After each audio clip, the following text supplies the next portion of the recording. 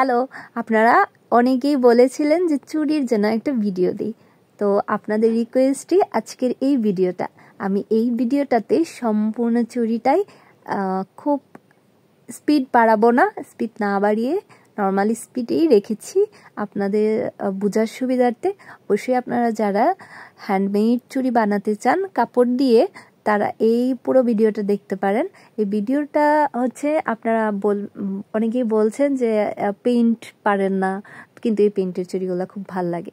যেহেতু আমি চুড়িগুলো সেল করি না, সেলের জন্য আমার আমার পেজের এই চুড়িগুলো সেলের জন্য না, এগুলো হচ্ছে আমি আমাদের যে পেজ আছে সেই পেজে শাড়ির সাথে আমরা গিফট হিসেবে দিই।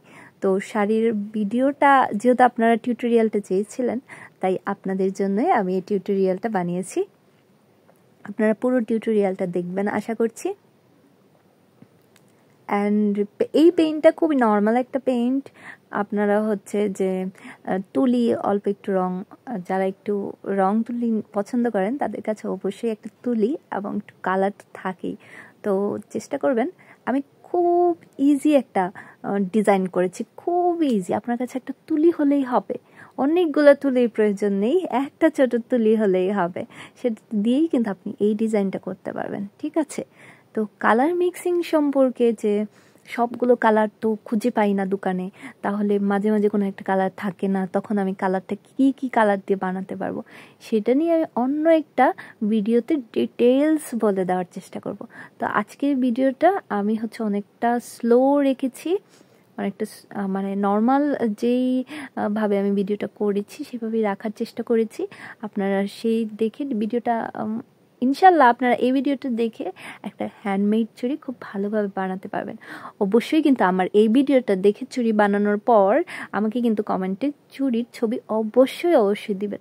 আর যদি আপনারা কমেন্টে চুড়ির ছবি দিতে না চান, যে কমেন্টে চুড়ির ছবি দিলে এই চুড়িটা তো ভাইরাল হয়ে যাবে, সবাই দেখে ফেলবে, তাহলে কিন্তু চুপি আমার ইনবক্সে চুড়ির ছবিটা দিয়ে দিবেন। যারা আমাকে ইনবক্স করেন তারা কিন্তু অবশ্যই জানেন যে আমি এত ব্যস্ততার পরও আপনাদের ইনবক্সে করা প্রত্যেকটা মেসেজে রিপ্লাই করি। টিকটকে বা ইউটিউবে, মানে ফেসবুক পেজ ছাড়া কিন্তু আমাদের কোনো মডারেটর নেই। আমাদের ফেসবুক পেজে মডারেটর আছে যারা রিপ্লাই করে, কিন্তু এই যে অন্য প্ল্যাটফর্মগুলোতে যেগুলোতে আমি আপনাদেরকে ছোট টিপস শেয়ার করি, এগুলোতে আমার কোনো মডারেটর নাই। সো সেখানে আমার নিজেকেই হচ্ছে সবগুলো রিপ্লাই করতে হয়। তো আপনারা কিন্তু লুকোচুরি করবেন না, অবশ্যই চুরি বানিয়ে সেটা আমার সাথে শেয়ার করবেন, ঠিক আছে? কেমন? তো আল্লাহ হাফেজ।